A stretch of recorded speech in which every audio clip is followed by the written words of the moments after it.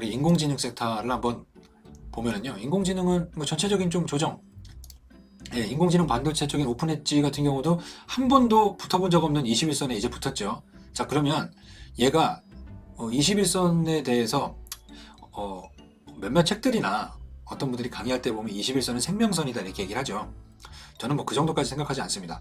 제가 생각하는 21선은 산업이 성장을 하고 있는 산업, 그냥 입만 살아있는 사람 말고 앞으로 눈에 보이게 성장할 수 있는 산업이 전체적으로 움직이고 있는 상황에 일시적인 21선 이탈은 매수 기회라고 생각을 합니다. 늘 그래 왔었습니다. 제 기억에 성장주는요.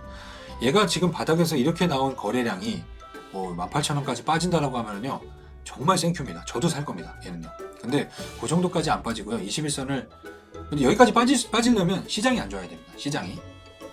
그리고 얘 혼자만 그렇게 빠지지 않을 겁니다. 얘가 이 정도 빠질 거면 뭐 코난이든 셀바스든 솔트룩스든 똑같이 한 20-30% 정도 빠질 수 있거든요. 근데 그런 흐름이 그려지진 않아요. 뭐 코난이나 솔트룩스가 20-30% 빠진다라는 그림은 그려지지 않습니다.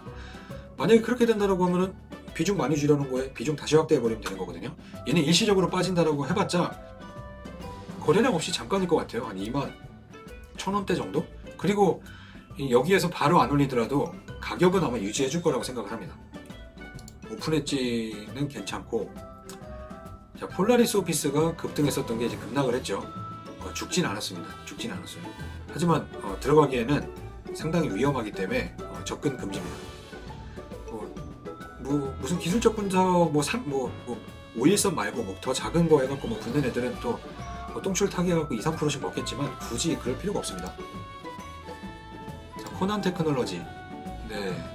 그러니까 오늘같이, 그러니까 어제처럼 미국의 급락 뭐 하락이 나오고 이 긴축에 대한 공포 뭐 그렇다라고 하면은요, 이런 코난 같은 애들이 뭐 장대 음봉이 나왔을 수도 있어요. 그게 진짜의 공포라면은요, 거래량이 실린 장대 음봉, 개파락에서 장대 음봉이 나왔을 겁니다. 근데 그렇지 않았어요. 이 정도면은 너무 견조한 조정이에요.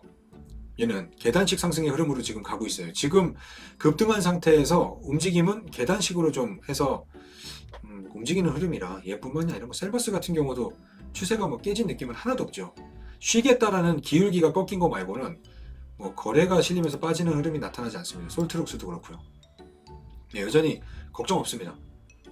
이 솔트룩스 갖고 계신 분들은 보통 아마 평단가가 제일 비싼 분들이 아마 여기 한 2-3천원대가 좀 비싼 평단가이신 분들이실 거고요. 싼 분들은 아마 15,000원 이 정도일 겁니다. 솔트룩스는 비중만 조금 줄인 상태라면 그냥 갖고 가셔도 됩니다. 자, 알체라를 최근에 들어가신 분도, 자, 얘가 많이 빠졌느냐? 안 빠졌죠. 거래량이 이 매물대가 이렇게 밑에 이렇게 형성이 돼 있잖아요.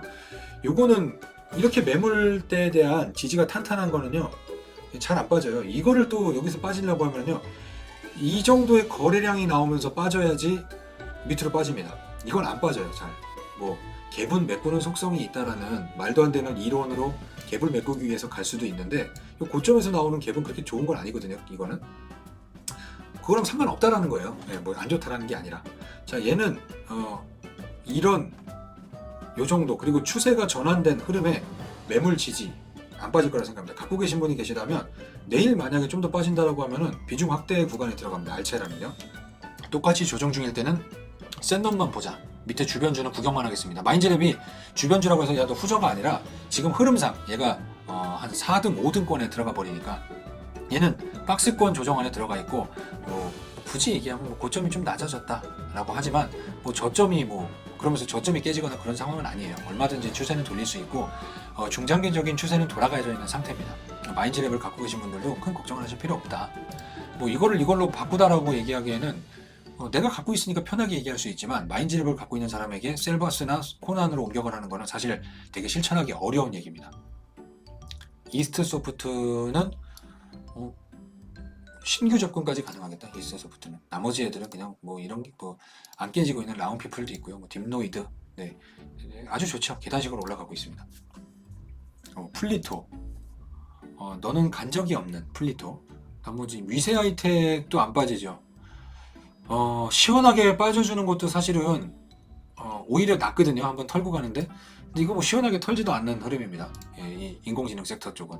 그 센즈랩에 대해서 관심 있는 분들 많으시죠. 저는 잘 모르는 영역이지만 몇몇 분들이 관심이 있는데 예를 들어서 얘가 뭐 17,000원대 이거를 17,500원 요 가격을 지지하는지 확인한 다음에 분할로 추가하셔도 될 것 같습니다. 아마 먼저 들어가 계신 분들도 계실 겁니다. 그러면 얘는 그냥 바닥에 대한 확인만 한번 해보자 라고 생각을 하면 될 것 같습니다. 신규 종목은 예측 불가합니다.